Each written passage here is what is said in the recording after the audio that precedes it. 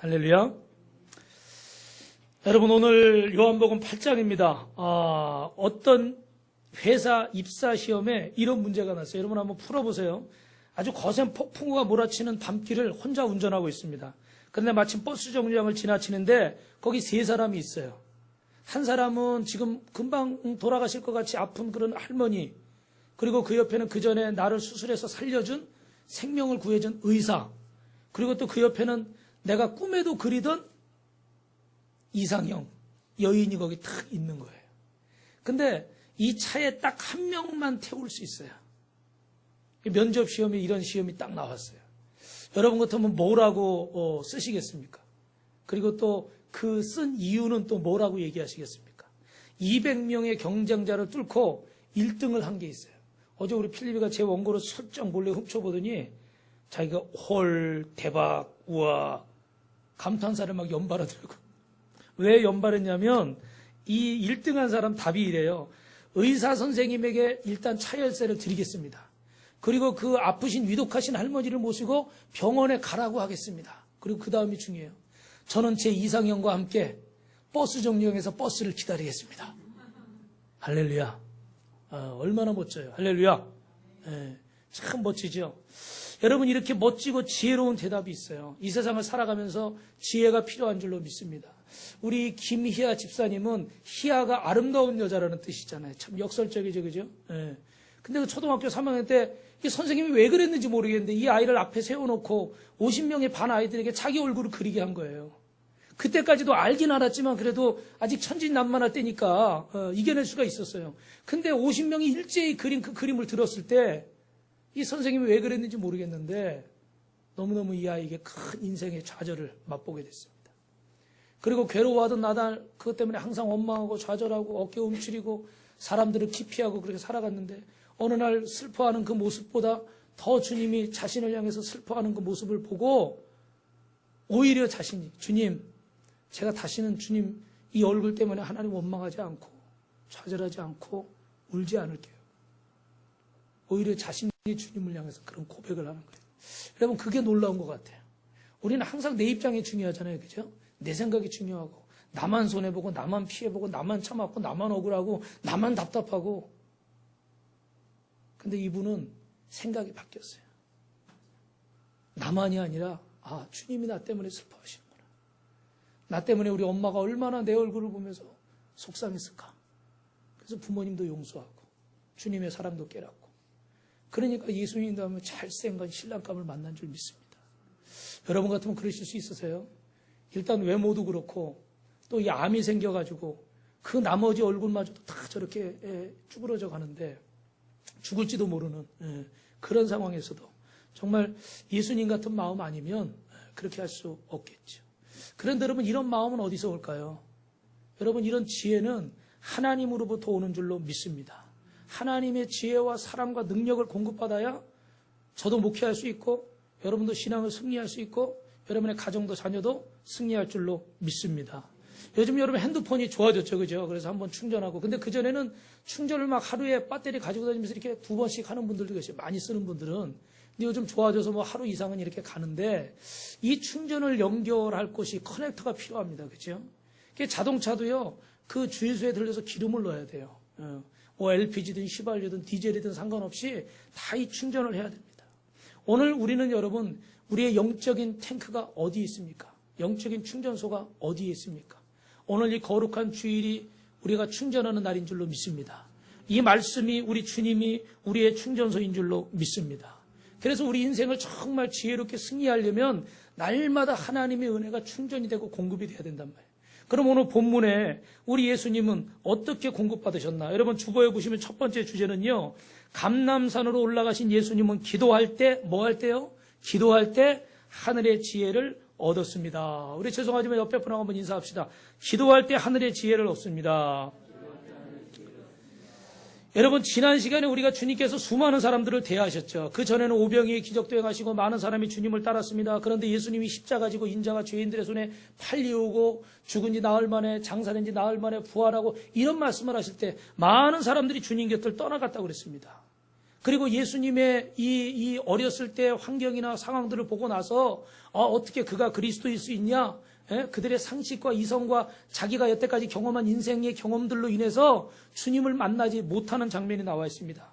그래서 예수님께서 뭐라고 말씀하셔요? 그렇게 소리치는 자들에게 지난 시간 7장 28절에 하나님에게서 났고 하나님으로부터 보냄을 받았다. 이렇게 표현하고 있습니다. 나는 그 요셉 목수의 아들이 아니라 나는 하나님의로부터 왔고 동정녀 마리아에게서 나는 태어났다. 나는 어떻게 돼요? 하나님께로부터 온 자이다. 할렐루야.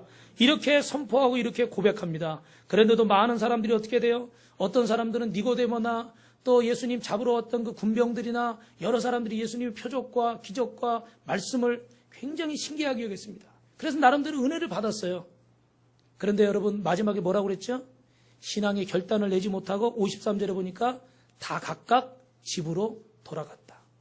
여러분 지난 시간에 이 말씀 들으시고 신앙의 결단을 하셨습니까?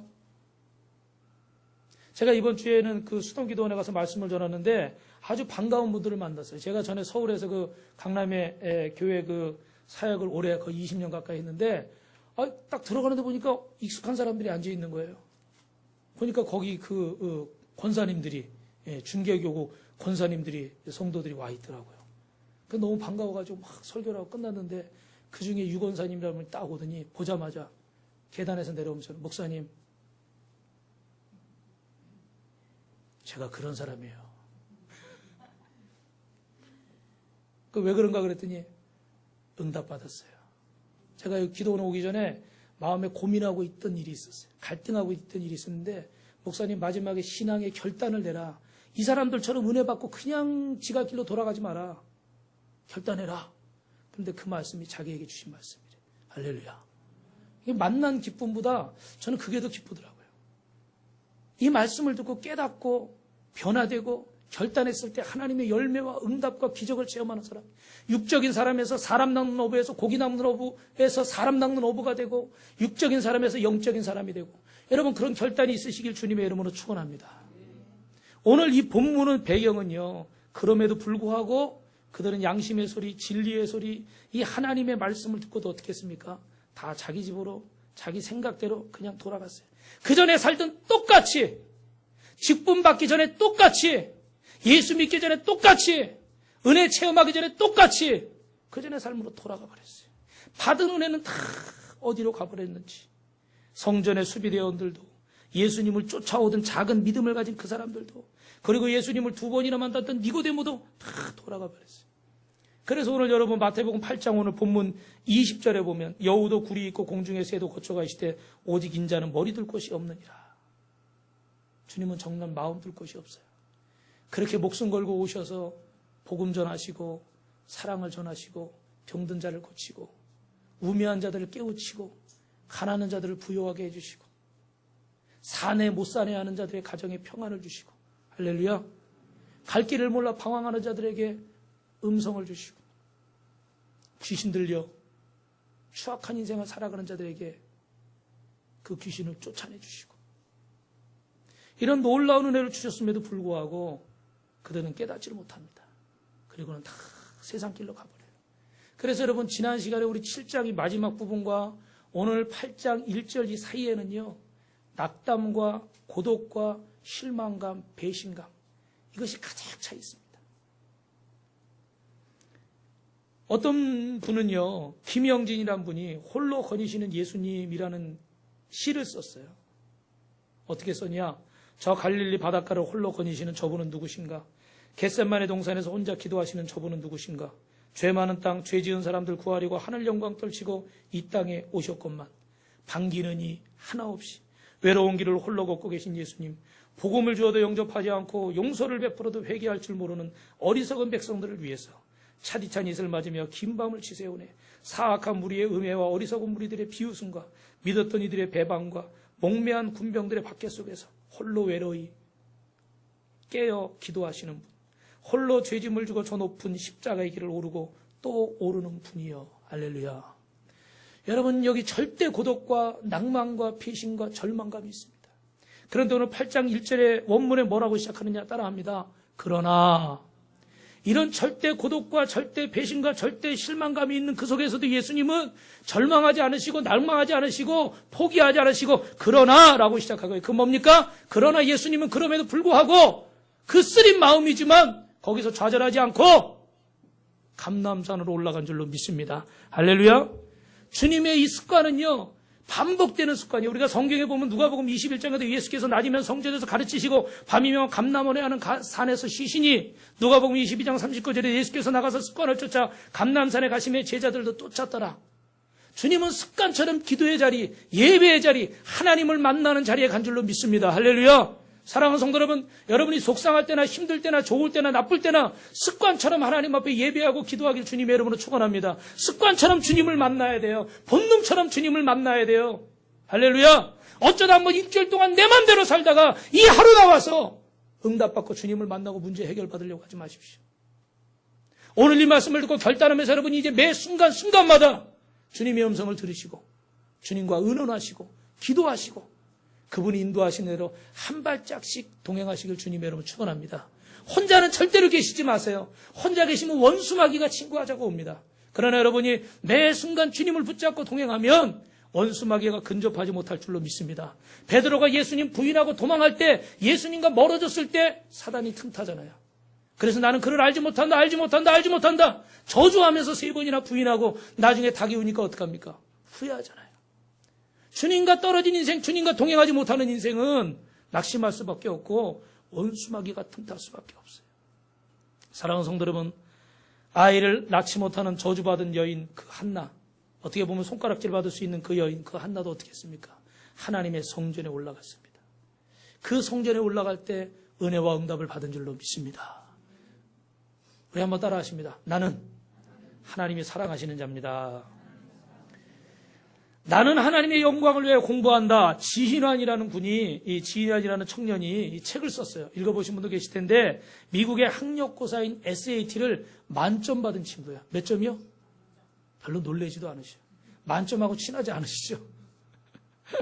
만점 받는다는 게 얼마나 어렵겠어요. 우리나라 학력고사 이거 수능 만점 받아도 대단하잖아요. 그죠? 근데 이 친구는 미국 사람도 아닌데 만점을 받았어요. 그리고 전액 장학금으로 하버드 의대에 들어갔는데, 이 친구가 주변에 이제 인종차별 때문에 눈이 작은 아이다, 피부 색깔도 다르다, 영어도 못한다, 놀림을 많이 받았대요. 그게 참 좌절하고 힘들었는데, 또 부모님은 목회를 하셨기 때문에 가정이나 이런 환경들이 그렇게 여유롭지 못해서 여러 가지로 경제적인 어려움도 많이 있었답니다. 그런데 그가 힘들 때마다 그 집에, 집은 좁지만 작은 기도실이 있었대요. 그 기도실이 뭐냐면 그 옷장을 부모님이 개조해서 옷장 옷을 다 빼내고 거기 기도실로. 여러분 수련회 갔을 때 워룸 보셨죠? 예, 우리가 생각하는 건 장롱이 아니라 미국의 집들은 이렇게 그 따로 이렇게 드레스룸이 조그맣게 있는데 그 드레스룸에 옷을 다 빼내고 거기는 이제 기도실로 만든 거예요. 그런데 그 기도실에서 자기도 들어가서 기도한 거예요. 하나님 영어 잘하게 해주세요. 하나님 이민생활 잘 적응하게 해주세요. 할렐루야. 그러니까 어려울 때마다 그 부모님이 만들어 놓으신 그 기도실에 들어가서 기도했을 때 영어도 잘하게 되고 이민생활도 잘 적응해서, 여러분 어떻게 뭐 다른 건 제가 모르겠지만 이보다 얼마나 더 잘 적응할 수가 있겠어요. 할렐루야. 할렐루야.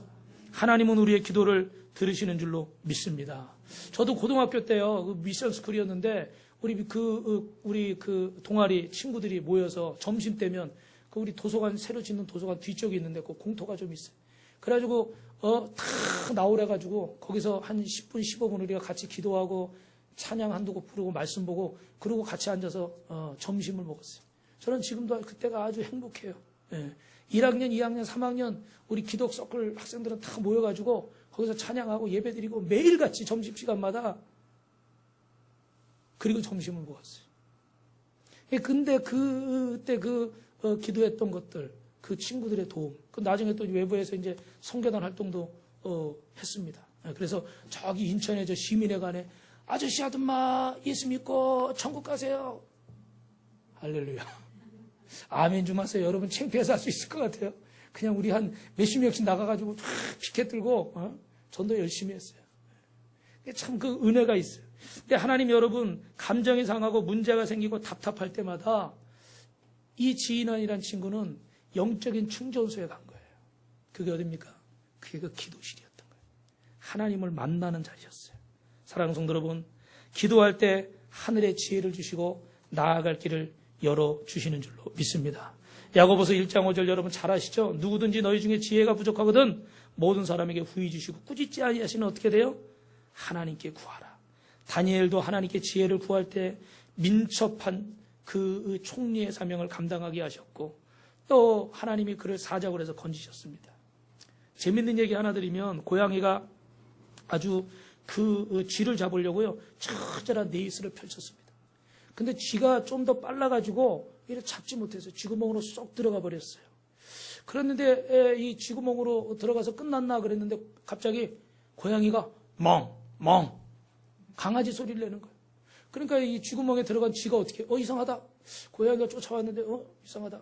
고양이가 갔나? 그러고 고개를 딱 내미는 순간에 어떻게 돼요? 고양이가 쥐를 탁 잡아채겠죠. 그래가지고 굉장히 황당해하는 이 쥐에게 고양이가 한마디 했습니다. 요즘 같은 세상에 먹고 살려면 2개 국어는 해야 돼. 말 되죠? 네. 이게 웃긴 얘기지만요. 우스운 얘기지만 이 고양이도 지혜가 있으니까 이 먹잇감을 구한 거예요. 지혜가 없으면 그것도 놓쳤겠죠.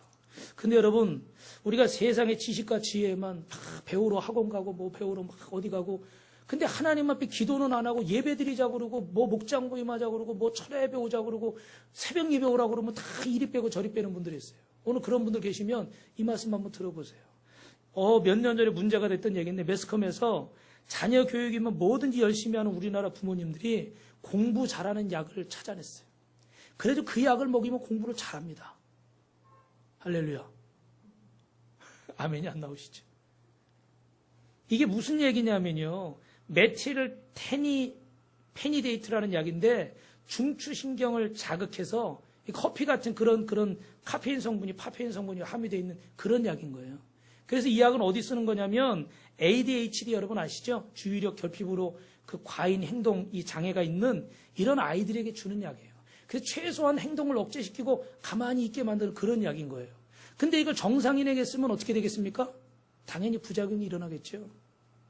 그런데 부모들이 아이들 공부 잘하라고 좋은 대학 가라고 출세하라고 멀쩡한 아이들에게 이 약을 막 먹인다는 거예요. 여러분, 이 아이들이 지혜로워질까요? 제가 생각할 때는 지혜로워질 수 없을 것 같아요. 오히려 다른 병이 생길 것 같아요. 지혜는 그렇게 얻어지는 게 아니잖아요. 여호와를 경외하는 것이 지혜의 근본인 줄로 믿습니다. 옆에 분하고 한번 인사합니다. 여호와를 경외하는 것이 지혜의 근본입니다. 하나님 앞에 기도할 때 참 지혜를 주시는 줄로 믿으시고 여러분 가정도 자녀 양육도 또 여러분 직장 사업장에서 여러분의 인생의 중요한 문제를 결정할 때마다 하나님 앞에 무릎 꿇으시길 주님의 이름으로 축원합니다. 두 번째로는요. 오늘 3절부터 7절에 보면 따라하겠습니다. 하늘의 지혜는 자기 성찰과 현명한 판단을 하게 합니다. 자기 성찰. 오늘 이 사람들은요, 주님께 받은 감동과 은혜를 뒤로하고 주님을 떠났습니다. 그때 주님은 고독과 거절을 느끼셨지만, 그러나 거기서 낙심하지 않으시고 감람산에 올라가 기도하셨습니다. 호흡을 가다듬으시고 하나님의 용서와 사랑의 힘을 공급받아서 다시 이 땅에 내려오셔서 그들에게 복음을 전하시고 하나님의 말씀을 전하신 줄로 믿습니다. 근데 이때 서기관들과 바리새인들이 여러 무리들 가운데 간음 중에 현장에서 붙잡힌 한 여인을 끌고 왔습니다. 이 여인은 머리가 헝클어졌고 옷도 이것저것 찢어져 있었습니다. 근데 사실 여러분 우리가 알고 있는 것처럼 이 종교 지도자들은 이 여인을 심판하기 위해서 예수님께 데려온 게 아니라 예수님에게 흠을 잡아서 예수님을 죄인으로 몰고 예수님을 죽이기 위해서 이 여인을 데리고 온 것입니다. 근데 이때 예수님은 하나님 앞에 하늘의 지혜를 얻었습니다. 그래서 6절에 보니까 아무 말씀도 하지 않고 여러분 아시는 것처럼 어떻게 했죠? 땅에다가 몸을 굽히고 뭔가를 쓰셨다고 그럽니다. 학자들은 이거에 대해서 의견이 분분합니다. 그런데 대부분의 의견은 어떤 얘기를 하냐? 아마 그 사람들의 죄를 적었을 것이다. 아무 말 하지 않고 막 이 사람들이 돌 들고 몰려와서 지금 죽이려고 그러잖아요. 그죠? 거기 철수, 너 어젯밤에 누구 집 뭐 훔쳤지? 너 영덕이, 너 어젯밤에 뒷집 아줌마 손잡았지? 할렐루야. 이렇게 죄를 썼다는 거예요. 그러니까 이 사람들이 돌 들고 막 쳐 죽이려고 모였다가 어떻게 돼요? 아무도 모를 줄 아는데 자기 죄가. 예수님이 죄를 다 알고 있는. 그러니까 너희들 중에 죄 없는 자는 돌로 치려니까 어떻게 돼요? 돌멩이 던지고 갔다는 거예요. 물론 우리가 보지 않았기 때문에 정확한 것은 알 수 없습니다. 그러나 분명한 건 이들이 지금 막 흥분해 있고 분노해 있는 이 상황에서 그 돌 든 채로 무언가를 결정했다 그러면 어떻게 했겠습니까? 최소한 그 사람을 중상을 입히거나 그 사람을 죽게 됐겠죠. 사랑하는 성도 여러분, 기도가 이렇게 중요한 거예요. 우리는 흥분되는 그 자리에서, 다급한 그 자리에서 먼저 하나님 앞에 기도하는 것이 가장 빠른 줄로 믿습니다. 왜 기도가 가장 빠른지 제가 여러 번 말씀드렸죠. 사람이 하는 것은 실수하면 어떻게 돼요? 실패하면 다시 원점으로 왔다 가야 되잖아요. 그죠? 근데 하나님께 기도하는 것은 제일 느린 것 같지만 하나님은 실수가 없으시기 때문에 한 번에 되는 거예요. 그래서 여러분, 내 맘대로 몇 번씩 하다가 실패를 거듭하는 사람보다는 기도하고 하나님의 뜻에 순종해 가는 자가 오히려 더 빠르게 가는 줄로 믿습니다. 여러분, 위대한 지도자 모세, 그가 가나안 땅에 들어가지 못한 이유가 뭡니까? 그 반석에서 물을 내는데, 패역한 너희여 들으라, 우리가 너희를 위해서 이 반석에서 물을 내랴. 하나님의 영광을 가렸습니다. 하나님의 성품을 나타내지 못하고 그 흥분한 마음을 그대로 그 백성들에게 쏟아부었어요. 그때 여러분, 하나님의 영광이 가리고 그는 가나안 땅에 들어가지 못했습니다. 저는 몇 년 전에 그런 기사를 봤어요. 자가용 운전자가 오토바이를 쳤는데 왜 그게 기사가 났냐면 오토바이에 가면서 좀 자가용이 신경을 거슬리게 했나 봐요. 그게 좀 둘이 시비가 붙었어요. 그래가지고 이 자가용이요 120km로 달려서 오토바이를 들이받았습니다. 그리고 오토바이 운전자는 붕 떴다 떨어져 어떻게 됐을까요? 숨을 거두었겠죠. 이 사람은 쇠고랑을 쳐고 감옥에 가게 됐어요. 이렇게 어리석고 못난 사건이 왜 왔겠습니까? 거친 호흡을 돌리지 못해서. 요한복음 20장 22절에 십자가를 지고 부활하신 주님께서 숨을 내쉬며 가라사대 성령을 받으라. 할렐루야. 할렐루야.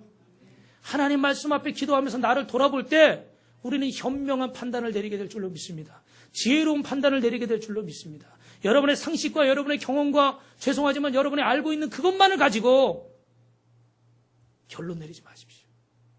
여러분 잘 아시는 톨스토이가 쓴 단편소설 중에 불을 놓아두면 끄지 못한다 그런 얘기가 있어요. 짧게 말씀드리면 이반과 가브릴로 가분이 있었는데 어느 날 이반의 닭이 이 가브릴로 집에 가서 알을 낳고 온 거예요. 근데 이 알 좀 돌려달라고 그러니까 가브릴로 부인이 그런 적 없어요. 우리 집에도 닭이 있는데 뭐 남의 집 그 알까지 뭐 가져갈 것 같아요. 그러면서 막 기분을 나쁘게 했어요. 그래가지고 이게 싸움으로 번져가지고 나중에 이제 이반하고 가브릴하고 남편들이 싸운 거예요.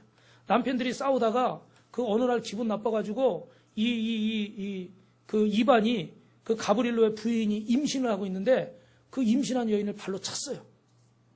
그래가지고 이 가브릴로가 또 이반을 어떻게 돼요? 고소를 한 거예요. 고소를 해가지고 끌려가가지고 태형을 20대를 맞았어요. 그러니까 또 막 화가 나가지고 이반이 어떻게 했겠습니까? 예. 몰래 가브릴로가 제가 이름을 바꿨네. 가브릴로가 몰래 이반의 집에 가가지고 불을 질러버렸어요.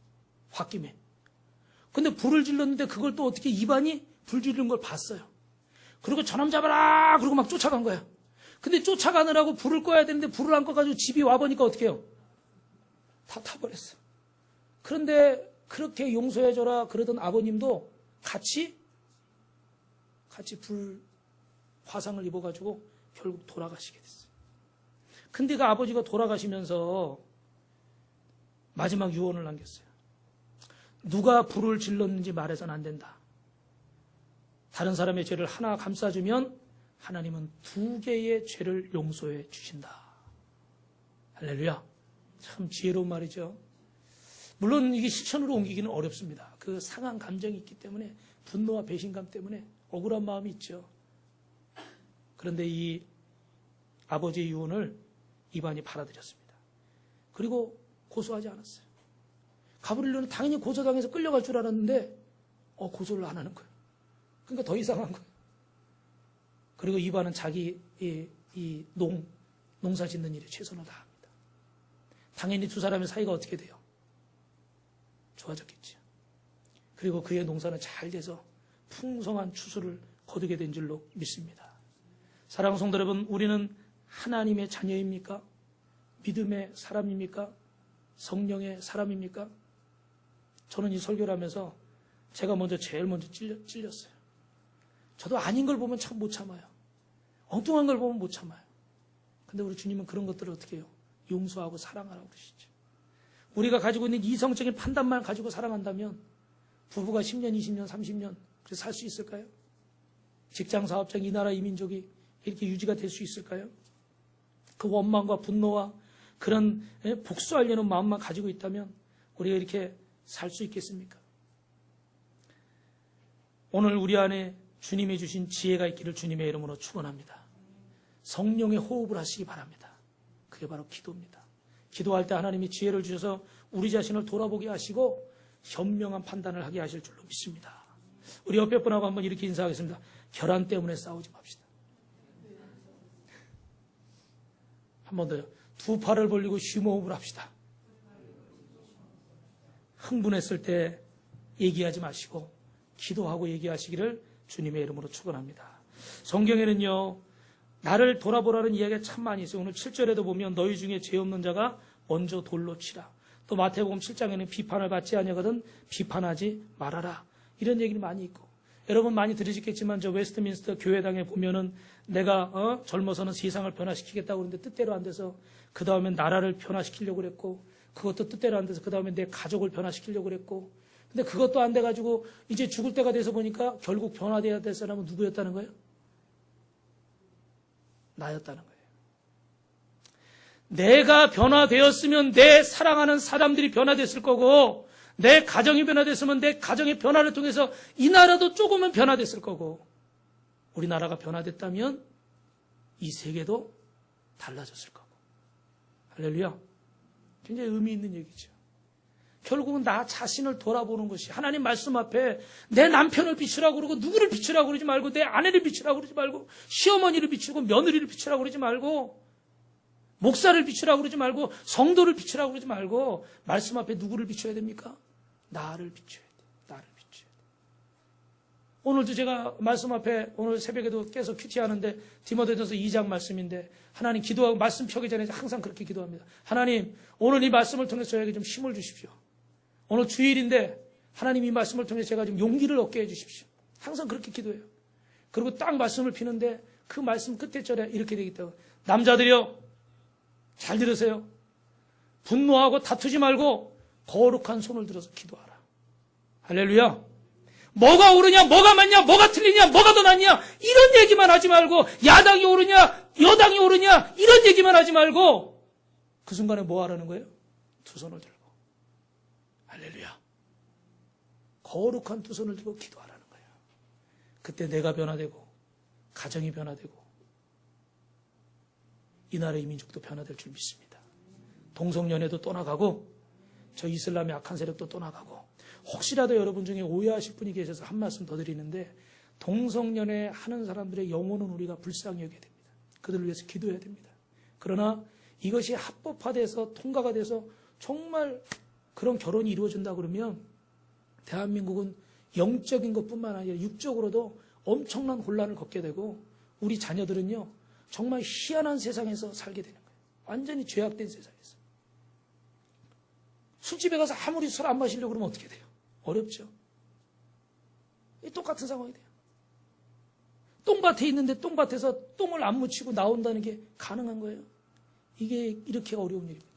물론 우리가 막을 수 있는데 한계가 있어요. 그러나 그 영혼들을 우리가 미워하자는 것이 아니라 그 영혼들을 여러분 위해서 기도하시고, 그러나 이런 악한 것들이 이루어지지 않도록 우리는 뭐 해야 됩니까? 두 손을 거룩한 두 손이라고 되어 있더라고요. 여러분도 오늘 큐티만 무슨 보세요. 거룩한 두 손을 들고 기도해요. 여러분이 그냥 있으면 그냥 손입니다. 그런데 주님을 위해서, 나라와 민족을 위해서, 우리 가정을 위해서 두 손을 들면 그게 뭐가 되는 거예요? 거룩한 손이 되는 거예요. 여러분 죄송합니다. 한 번만 더 인사할게요. 성도님의 손은 거룩한 손입니다. 독일에 한 꼬마가 있었습니다. 장차 목사가 될 꿈을 꾸면서 가끔씩 빈 의자에 올라가서 목사님 흉내도 내고 노래에도 천부적인 자질이 있어서 수도원 합창단에도 들어가고 또 음악을 너무 좋아해서 바그너의 로엔그린, 저는 이 곡이 뭔지는 잘 모르지만 하여튼 이것도 10번 이상 듣고 역사, 철학, 예술 각 방면의 책을 읽으면서 재능도 대단했어요.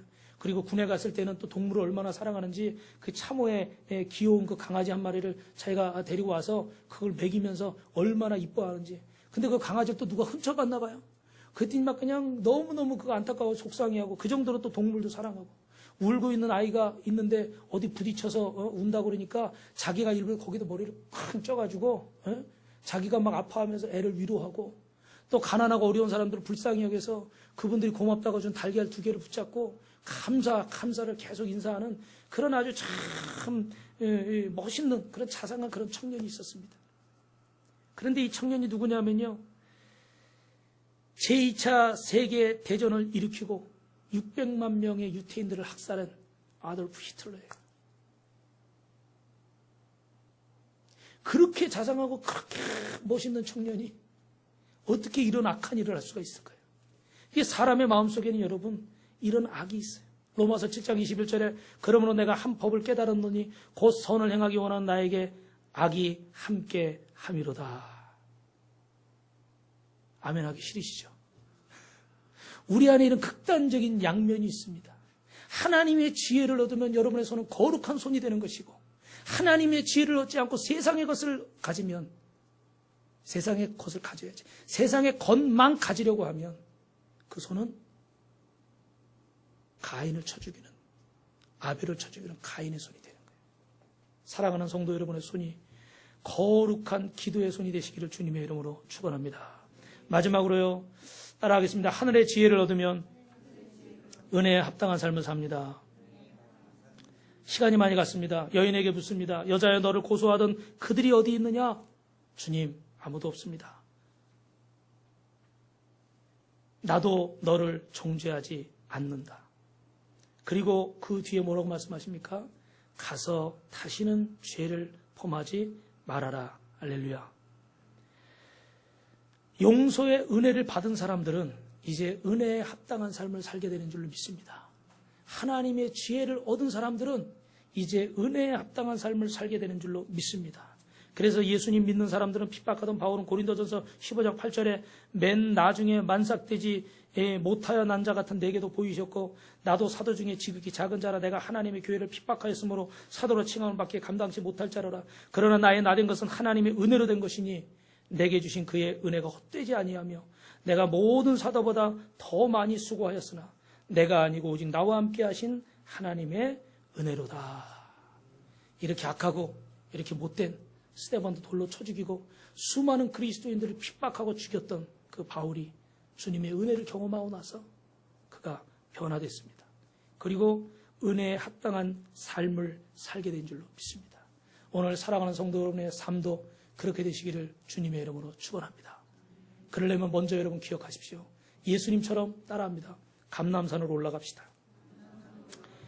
하늘의 지혜를 받아서 따라하십시오. 하늘의 지혜를 받아서 현명한 판단을 내리고 하나님의 은혜에 합당한 삶을 삽시다. 옆에 분하고 인사합니다. 성도님의 손은 거룩한 손입니다.